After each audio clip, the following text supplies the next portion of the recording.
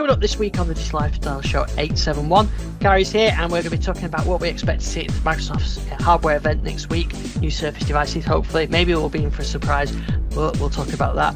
We've got some new builds of Windows 11 and a return of a feature that a lot of people are going to be very pleased to see come back. We've got other builds. Garry's got some charging news. We've got lots to talk about, so let's get straight to Garry. Garry, good evening. Good evening. Oh, what's happened to your Pantone Colour of the Year virtual home there? Well, it's no longer the Pantone Colour of the Year, is it? It's been a year on. So. Oh, right, yeah. So, we'll find out what the next one is. We are going to say, what's the Pantone Colour? Well, I'm not sure if Microsoft is still doing the sponsorship that was being done before, but last time they announced it in Ignite, so maybe that'll be the same again. Oh, yeah, that would be good to see, yeah. I always need to know what the colour, because you usually have some kind of sound sets, some visual screen themes, don't they, that you can have for that as well. So that'd be good. So we've got quite a few interesting things to talk about this week. Of course, we've got Microsoft's hardware event last week, so we can definitely. I think it's next Tuesday, isn't it? So yeah, we will be doing. We can do our predictions that. I'll write it down. I'm not sure how good or bad will be. We'll find out. We did get a build last week with the return of something that everyone that's got muscle memory from Windows 10 days will be very glad to see come back. So we can talk about that as well. And I think you've got a bit of EV charging news as well. Yeah. We'll just talk about some charging experiences recently. Yeah. So the first thing I wanted to start off this week, I don't know if you get to see this, but there's a video on YouTube from Steven Sinofsky, and I'll share some of it. So I won't play all of it, but I'll include a link in the show notes so you can go and watch this yourself. So if anybody who may remember, Steven Sinofsky was the very secretive Microsoft team lead on the Windows 8 project, and he was the one that really clamped down on the leaks and everything else like that, responsible for getting rid of the start menu as it was and the start button, amongst other things. I think caused quite a bit of internal strife within the way internal struggles within the way that the teams are built and everything else like that. I don't know, you can enlighten us a little bit more on that, but yeah, it was certainly, and then he was sort of pushed out, I suppose is a fair term, isn't it? Yeah, I think, yeah. I think that so, fair few people who weren't unhappy to see that happen. Yeah. And of course, he was the one of the long blog posts as well, wasn't it? Where they're justifying the way that Windows 8 was. And of course, I think pretty much, did he go prior to Windows 8.1 or was it just prior to Windows 10? I can't remember the time frame now. Anyway, he was the one that got rid of the start menu and the start button. But he's posted a video this week. And I think it's actually a presentation of what they were trying to deliver with Windows 8. Like I said, I'm showing a little bit of it on the screen now, but and it was some of the concepts behind Windows 8 and some of the stuff you'll see. Some of the screenshots I'll try and jump around to those. Some of those things you'll see though actually came to pass. Some of them didn't. There's one there about working with TV service providers. I saw a flash up there. So that would have been Media Center. So let's see if I can see if I can find some of these to show you. Oh, there we go. There's one. So there's a mock-up of what it would look like, and actually, it's not that dissimilar to what it came to be. You notice down here at the bottom, you've got Start, the What's New, and Marketplace, which is kind of a pivot again using that Windows Media Center type pivot UI, which was still kind of in favor at that time, I think, really. But then you've got the live tiles there, which are application launches and that kind of thing. And I think there's another couple of screenshots where you can see, there we go, we go back there.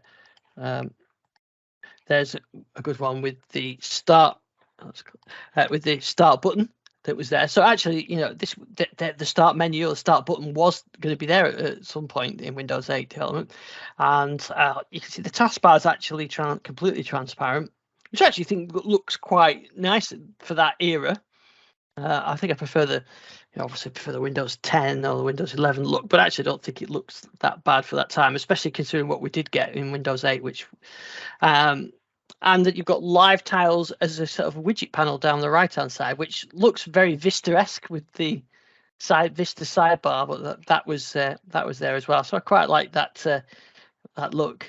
And there was ways of sort of interacting with that, and you could drag and drop things across. So that was quite interesting. So it's worth checking out the video if you want to see what more Microsoft were thinking with the Windows 8 project. And it didn't come to be exactly like that, but it is quite interesting. I do like seeing these old concepts. I mean, you'll know from being a developer, Gary, what you get is the initial concept, and what you get in the final product are always the same thing, and it's not always practical or realistic, or even if it's not might not what you want, but it does give you, I suppose, an idea of the direction to go in.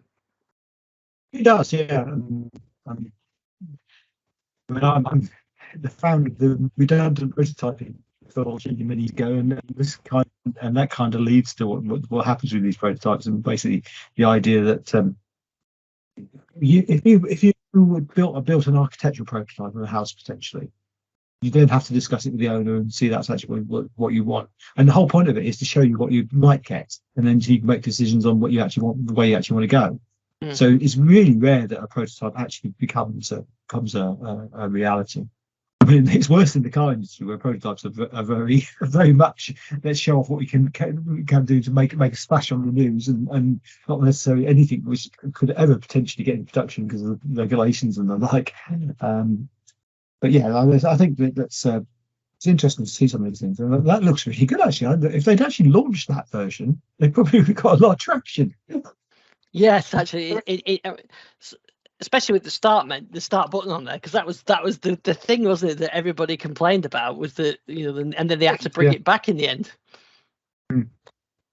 Yeah, it's quite. I think it's quite a good concept, that one. But yeah, I do like some of these concept videos that we see. And we're getting to that period in time now where I guess NDAs must be lifted and things like that, because we've had a few people sort of revealing things from the Windows, especially we're up to Windows 8 now, aren't we? Windows 8 timeline. So yeah, it's good to see that. But I do like those behind the scenes sort of concept things. So yeah, it's good to see those. So anyway, check out that video. I have a link in the show note. But I'm interested to see. Send your comments in either via Twitter, Sticks, or email. That whole Windows 8 development. I mean, to me at the time, I actually thought it rejuvenated the PC. Windows 7 had got, been around, very stable, but it was also a bit boring, really, wasn't it? That and the desktop, it was all very static and no new form factors. And I think for all the criticism Windows 8 had, I still think it made Windows interesting again. And we got things like the Surface RT that were a success at the time, but have developed into the Surface line has developed into a really nice device and a range of devices, which we'll talk about later. But I think if it hadn't been for that, I think more people would have left the Windows ecosystem, especially enthusiasts who it just reinvigorated the sort of enthusiasm for Windows. Yeah, I don't think you're wrong there. I think that's definitely the case. I think the other thing, obviously, is that it was typical of Microsoft being ahead of its time. A lot of the stuff they actually introduced now, other providers are now starting to pick up on and use in their products, and it's just weird. I mean, it's like Windows Phone. I mean, that was so far ahead of its time, and lots of concepts which are now coming into Android, and it's just typical Microsoft in lots of ways. Although obviously they were also behind the times of Windows Phone, trying to get to launch in terms of launching anything. Yeah, well, Windows. I mean, I remember. I think did we see? I think I've seen lots of talk about always on displays. I think on iPhones and things. But didn't Windows Phone have that first? Yeah, they did. But it was the Nokia's, wasn't it, that had that first? Yeah, the Nokia's. Yeah, indeed. So always the way. Yeah, it is a shame that they get there first. And it's a bit like you've got things like HoloLens and mixed reality, Zoom. Well, Zoom wasn't first, to be fair, but yes, a lot of things. Spot watches. Microsoft often quite get there first, and then they don't seem to either refine it or just quite get it to the point where consumers buy into it, and then they drop the ball on it, and then it's at that point where it starts to get successful, and other people pick up on it, and then Microsoft almost, in some respects, have to come back to it. I mean, the back with the phone, not the, just not with Windows Phone, but yeah. Microsoft do have a bit of a history of doing that, being very early. If it's too early in effect, isn't it? But I also think that they're guilty of. We've got the shelf of. Actually, I haven't got the shelf of Doom anymore because I've tidied up. Some shelf stuff's right at the top, but I've got rid of some stuff out of the way now. But yeah, things like the band, which was a great product. And I just think if they just stuck with it a bit longer, they could have done good things with that. But yeah, Microsoft do have a bit of a habit of dropping the ball on these kind of things, and leaving it to someone else. But yeah, Windows 8, probably was ahead of its time in many ways, but it did certainly set the foundation for Windows 10 and what's become of Windows 11 as well. Interesting. Look at the Surface devices. Actually, I was showing the Surface laptop go off to some family at the weekends who were all blown away how you can get a Windows device that's better than an iPad. That was the way it was described to me. So I don't think perhaps it shows how Microsoft do the marketing, but or PC manufacturers do the marketing, but they saw it as like an iPad, but better because it ran Windows programs. But they didn't. It didn't seem to have the negative connotations of an old style laptop.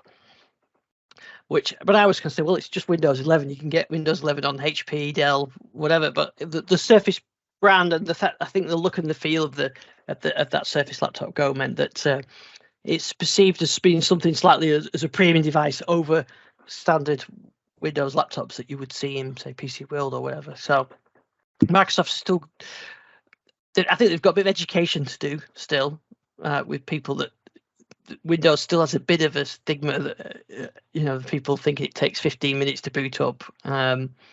Which, I mean, some old PCs still do, but these Surface, they're just fantastic devices now. And I think all the family was like amazed of how good they could be, and was, I'm going to go and have a look at that. And of course, with the Go range, they're not overly expensive either, which is good.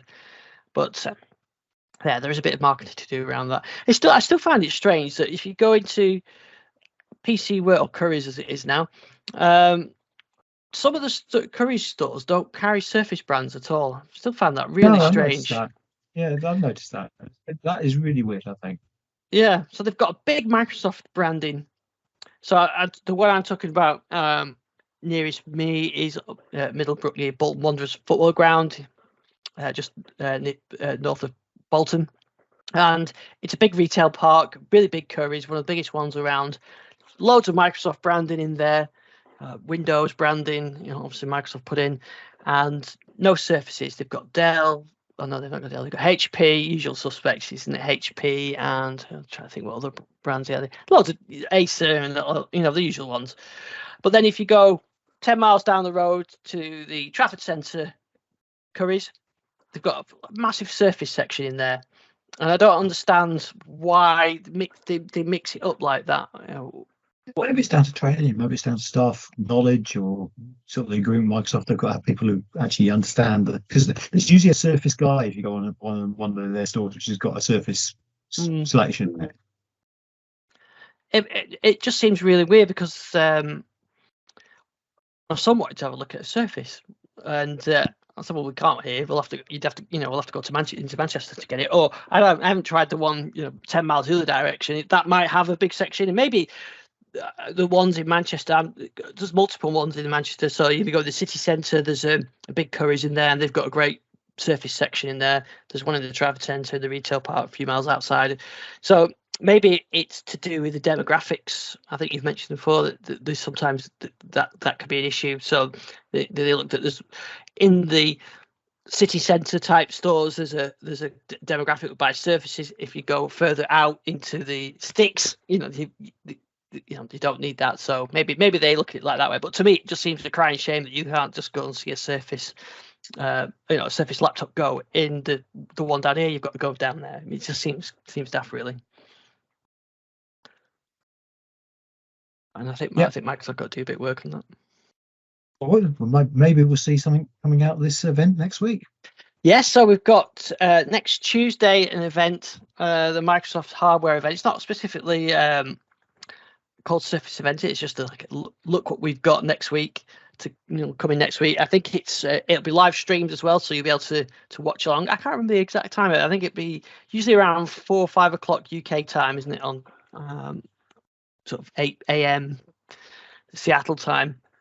I think we'll be able to find that exactly, and I'll be able to post a link to the Microsoft event page in the show notes as well, so anybody can check out that. So, what do you think what you expected to see next week? I don't know. There's been rumours of headphones and new laptops. Well, actually, probably a new Surface Book, maybe. But you never know. Microsoft can. I mean, they are deliberately, desperately trying to keep things under their head at the moment. All the leaks of the previous times.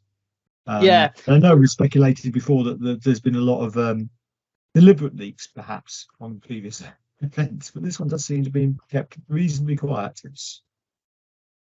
Okay, so here's the Microsoft page, the saved event. So it's 10 a.m. Eastern time, which I think is 4 p.m. UK time, if I remember rightly. There's no clues on the picture there, is there, apart from being colourful, bit like it's like an abstract of the Windows 8. So Windows 8, Windows 11 image. So we'll see where that brings us. I think from the rumours that I've seen, I think we'll be looking at a Surface Pro 9. Yeah, well, that's I mean, that's kind of got to come, really, hasn't Surface? Yeah, yeah. So Surface Pro 9 with ARM option rather than a Surface Pro X. You can choose. I don't know if there'll be an AMD option, but it'll be the usual Intel ones, and then there'll be an ARM version as well. There'll be, I think, a Surface laptop. Oh, now it's laptop 4, isn't it? I think it'll be, or laptop 5. There will be an updated one of those. There's rumours that there'll be a new Surface Studio, which will be good to see, because I think that's been like 3 or 4 years, isn't it, since that was last updated. And I've not heard anything about anything like the Surface Go being updated, but I'm hoping to see a Surface Go 4 with ARM processor option as well. So I don't know whether we really need another. I like the Go range because they're good value. The Go laptop is great. I mean, my wife really loves that, actually, the one I got for her. But the Go laptop, the Go as a tablet, I've always really liked as that sort of small form factor tablet. As I mentioned before, mine's not working properly anymore. But I really would like the option of an ARM version, because I think that would give you the option to have a longer battery life, and it would also a bit of ARM testing as well. So I think that would be quite nice to see that. And I don't know about anything else, like you mentioned, the earbuds and headphones, that kind of thing. It's been a while since they've updated those.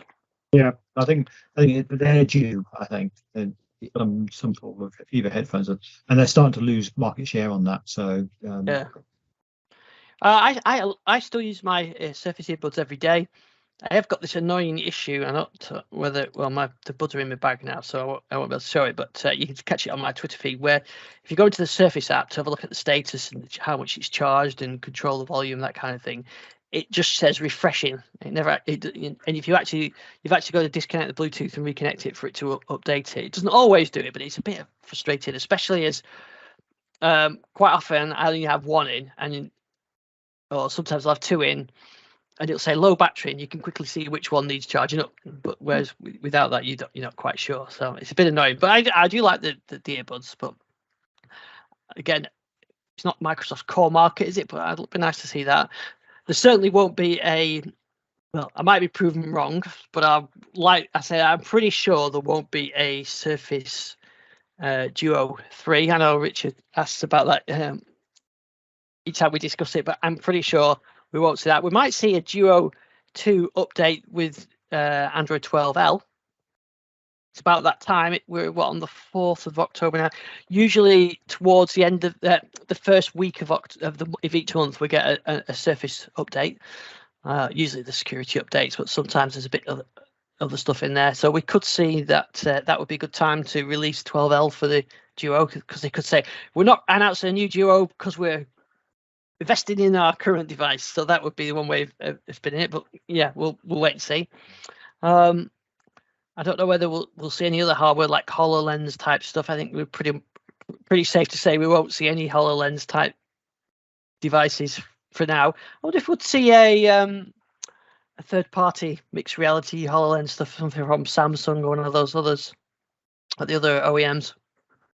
Might do. Yeah, I mean, I've been hearing rumours that that's the direction I want to go again.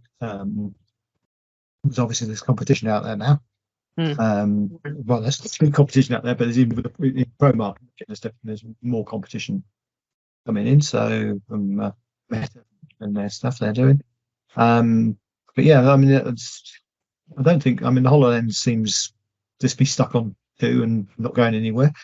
But maybe we'll be surprised there. You never know. I mean, the one thing about it, if they hold their cards close to their chest, and when Microsoft actually does that, they tend to surprise us with something really big. I mean, when when the HoloLens was first launched, for example, or the Surface was first launched, things didn't really get out at that point. So yeah, I think that I'm actually quite excited for this event because there haven't been major leaks for it.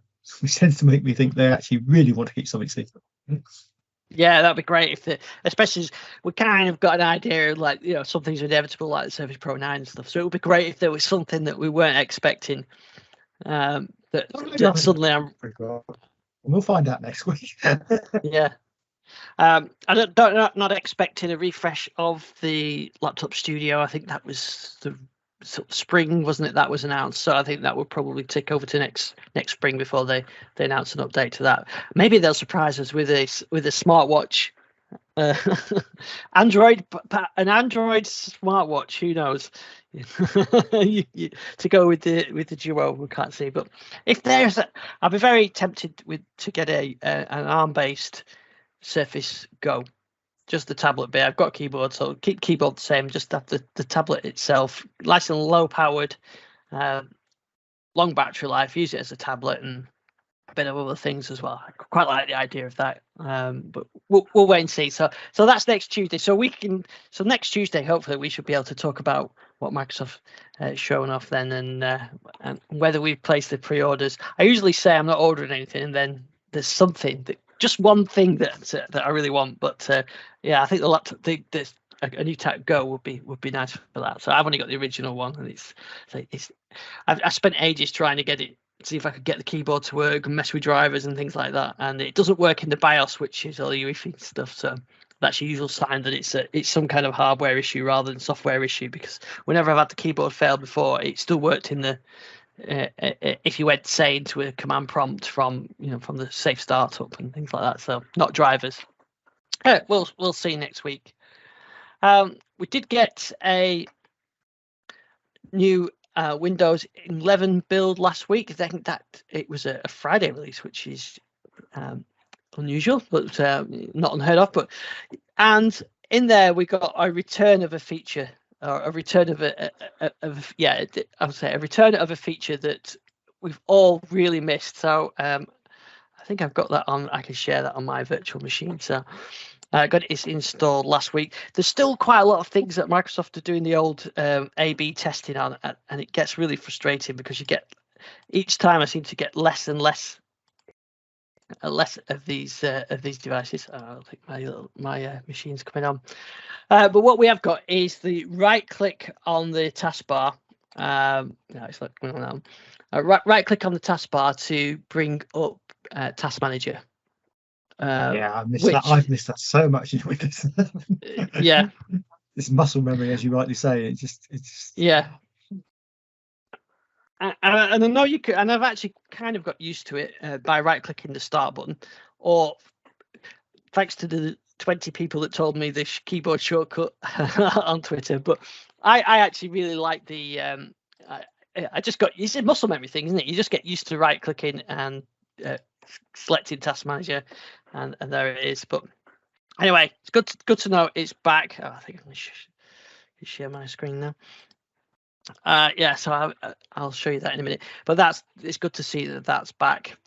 There wasn't a huge amount else new in the build. There was a few things that I'll see if it comes up now when this restarted VM comes up. But you can actually drag and drop the icons in the Task Manager. The tray at the bottom right, so you can reorder them. But they're only doing this for a selected number of people, so or a selected number of machines. So mine wasn't one of the machines. So that's where here you can just literally drag and drop these around to wherever you want. But there you go. There's the Task Manager. Right click anywhere and you get Task Manager. So I know there's a lot of people who'll be glad to get that, especially if you just migrated from Windows 10. Yeah, a bit like you have, Gary. You're just so used to doing that. I mean, I've kind of got used to doing it on here, but there it is. The other thing they've changed as well is the widgets, and again, this is another A/B testing thing that I haven't got. So they've added a settings button there, so you can get to the settings. My widgets might be updated. You never know. And they've added the full screen mode, which they added a few weeks ago, and I've still not got that feature yet. But yeah, there's a settings thing that shows up there, but it's actually a proper settings screen now, so you can turn things on and off, like show notification badges and show announcements and that kind of thing. The rest of the changes were fairly minor fixes, really. There's some usual stuff. I still haven't got, even on the Surface Go, I still haven't got the collapsible taskbar either that they've reintroduced. So that's where you can collapse where it's on a tablet. If you've got your keyboard disconnected, the taskbar at the bottom collapses, then you can swipe up to bring it up. I still haven't got that on my Surface Go, but I did get that the first time around, so hopefully I'll get that fairly soon. But those are the main changes, and other than that, there wasn't a huge amount. So it kind of feels like we're just in this bit of a holding pattern at the moment while they're getting through these features. Of course, 22H2 is out now. I've seen quite a few people talking about different issues with it. Printing is still an issue, I think, surprisingly. Yeah, surprisingly. After all the work they put in printing, you'd expect they got that sorted. But my laptop is still saying it can't take Windows H2. So. Yeah, and in fact, I'm on this Surface Laptop Studio, so new device, and do check for updates, and it's not there. So it doesn't say you can't have it. It just isn't showing up. But that's because Microsoft are releasing it in phases. There was that issue with the Nvidia drivers, which seems to be sorted by getting the latest drivers from Nvidia. I've seen some people saying that. It can be slower copying files over, like with large files. I can't say I've noticed it that much, but probably don't do that much copying large files. So so I've seen a few people complaining issues, but Microsoft are being pretty cautious with it. So I think if you install it manually via the Windows install assistant or update tools or whatever, then you if you get some issues, then that's on you, isn't it? If you wait for Microsoft to do it and then there's an issue, then that's not your fault. So I think if you're worried about it, wait. That's exactly why I did the little guide on my machine, then rolled it back, and I'll wait for the proper release for it. But to see, so you've got to be careful. The other thing we did get as well was an updated beta build, but this was a little bit different than before because they've actually incremented the build number, but it wasn't a full build. Did you notice that? No, I didn't notice that. Oh, that's interesting. They don't usually do that, do they? No, I think it's the first time I've seen that. So this is 22621 and 22623. Now, what they've been doing on the beta channel, you could have 22621 without features, 22622 with features, or with the option of the features, and you could actually switch between them. You could go from the lower build to the higher build without any issue. It was just in Windows Update, but once you're on the higher build, you couldn't go back to the lower build without doing a reset. but then last week when they released this, and you notice as well, 22621 is 22H2, or the 22 upgrade, the Windows 2022 upgrade.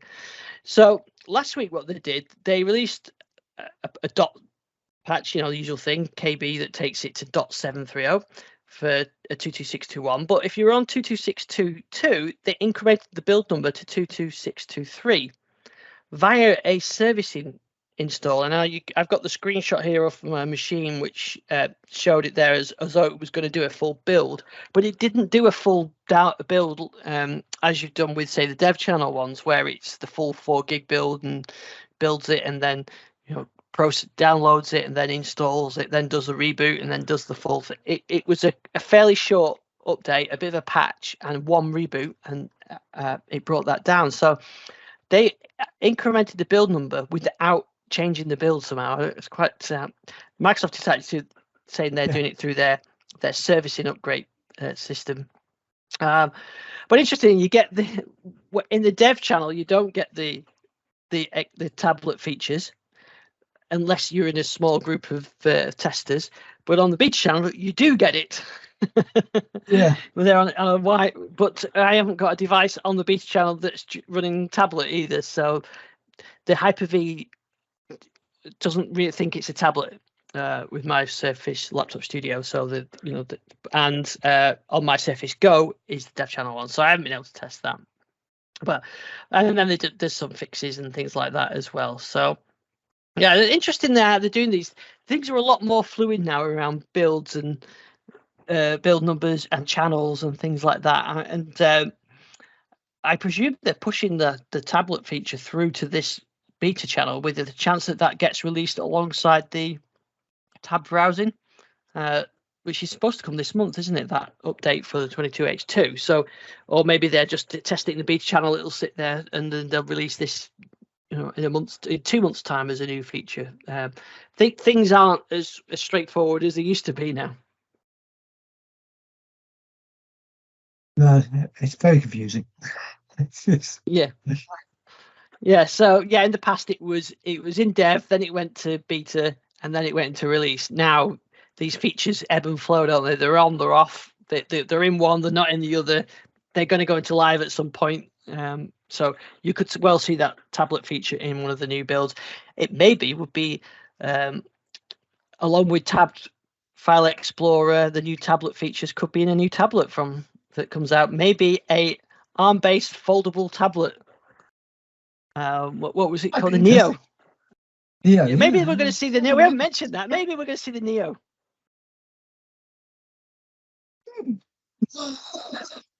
You heard it here might be first. interesting. I haven't seen any API updates that might suggest that, but yeah, never mind. Yeah, and that was because that was running Windows 10X, wasn't it, when that was announced? So It was, long since dubbed OS, but yeah, you never know. So anyway, maybe that's why they're holding it back. There's a conspiracy theory. They're getting those features ready for a new tablet that's coming out.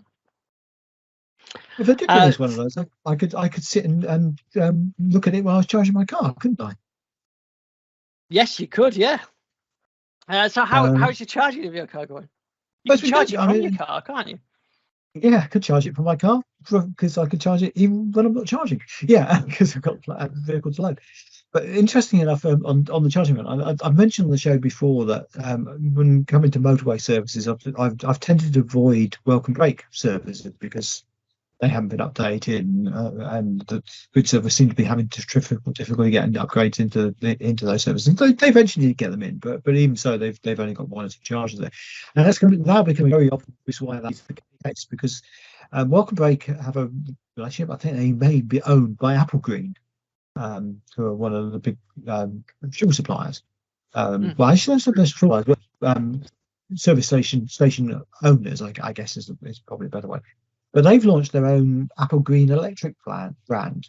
And I was at South Mims the other day, and there had suddenly magically appeared this sign saying Apple Green chargers, which I hadn't seen before. I went along, and there's 5 or 6 chargers all available.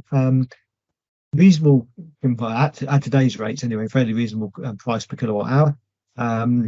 and they just worked, and they're really very, very reliable as well. So seemingly, I did have one out of action, but apparently that was repaired within a matter of hours of it actually being out of action. So it's really interesting to see this starting to happen, because Apple Green have an awful lot of sites throughout the UK. I mean, it's not just the services, which they obviously, if welcome break, all the welcome breaks were to get these hubs, that would definitely improve the numbers. But they have a lot of petrol stations as well, which they are the provider of, or the franchisee for. And I'll see if I can share my screen, because I managed to pull this up from their site, which is, I believe, their proposed network for this coming year. No, it's very difficult to actually see what they're actually saying this is, because certainly some of these charges they show on this picture don't exist at the moment. Just sharing. There we go. Yeah, that's fine. Yeah.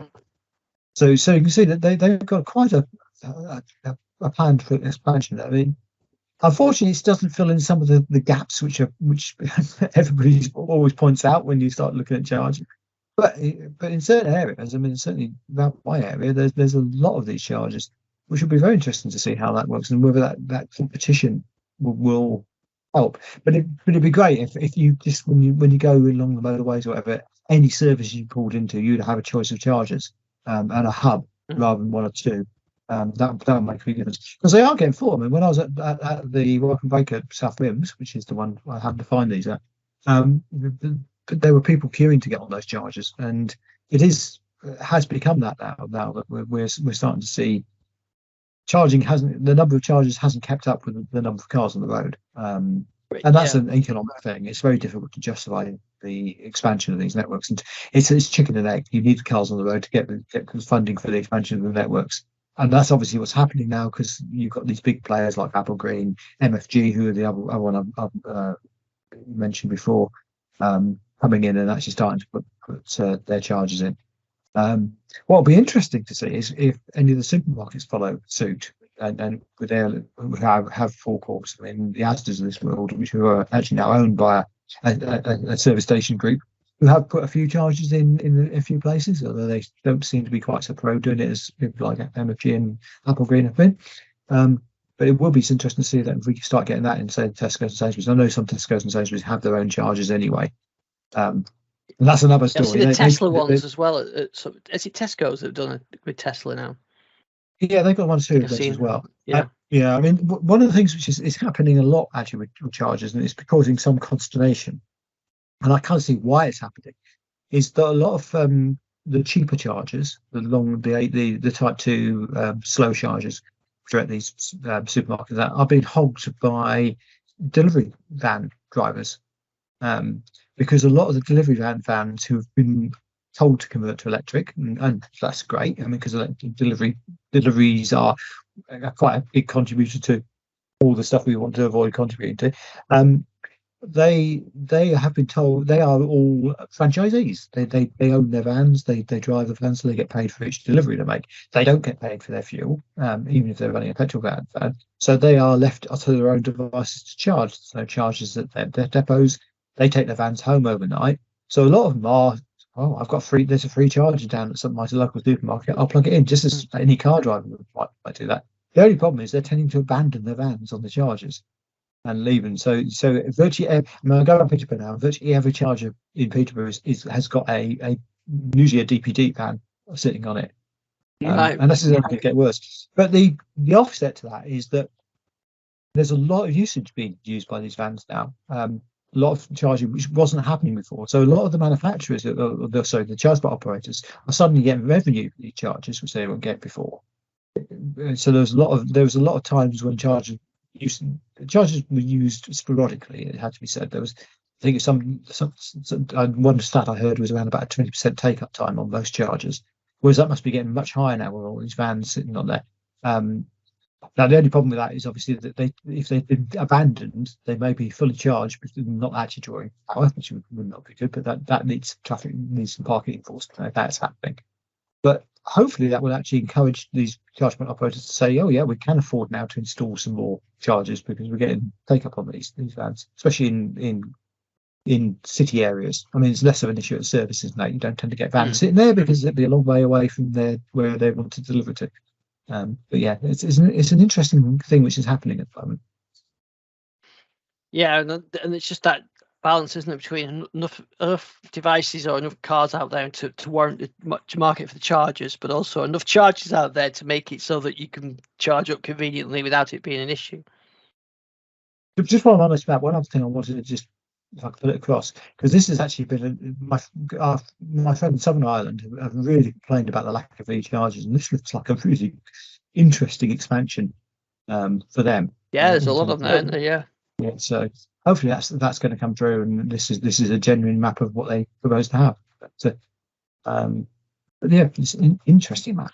As I said on my Twitter post earlier today. Yeah, and I suppose this is just where you said about, when you're going on the longer journeys, you just need to plan them out. Short journeys, you don't need to worry about it, but you get to know everything is. Yeah, I'm hoping with this that you probably have to plan things slightly less. Because you're going to have that confidence that you if you go on the services, you're going to find a charger.